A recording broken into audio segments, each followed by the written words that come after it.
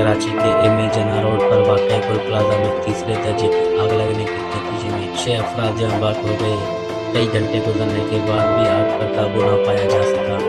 आग की शिद्दत से इमारत के कई हिस्से गिर गए। हफ्ते की रात 10:15 बजे के करीब गुल प्लाजा के ग्राउंड फ्लोर पर आग लगी, जो देखते ही देखते तीसरे मंजिल तक पहुंच गई। रेस्क्यू ज़राए का कहना है कि आग लगने के बाद एक फायर फाइटर समेत 6 अफराद जान बाक हुए, जबकि 20 अफराद जख्मी हुए, जिन्हें अस्पताल मुंतकिल किया गया। उनकी हालत भी तशवीशनाक बताई जा रही है।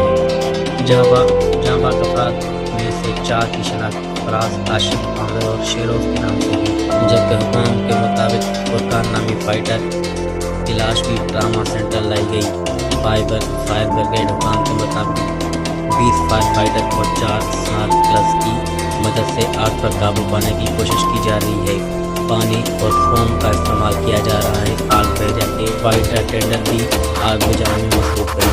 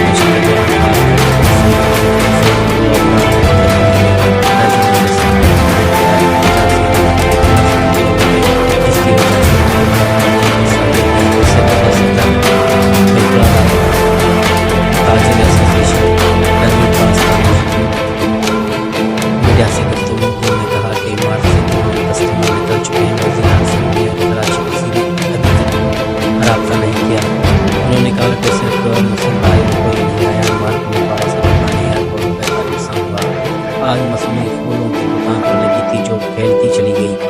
गुल प्लाजा से निकलने वाले एक शख्स ने बताया कि ग्राउंड फ्लोर पर मौजूद मस्जिद का दरवाज़ा तोड़कर बाहर निकले।